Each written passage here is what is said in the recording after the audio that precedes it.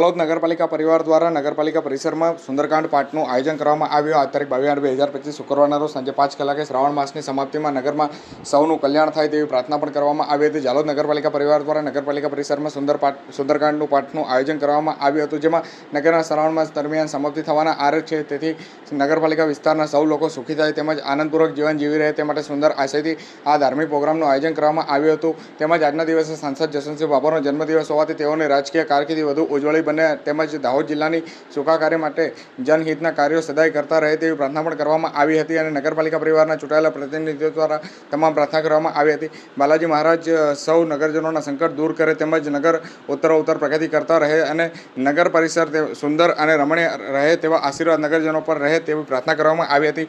આજના સુંદરકાંડના પ્રોગ્રામમાં નગરપાલિકા ચીફ ઓફિસર ટીબી ભાભોર સહિત નગરપાલિકાના ચૂંટાયેલા પ્રતિનિધિત્વ, નગરપાલિકા કર્મચારી તેમજ મોટી સંખ્યામાં સ્ટાફગણ અને ગ્રામજનો આગેવાનો હાજર રહ્યા હતા.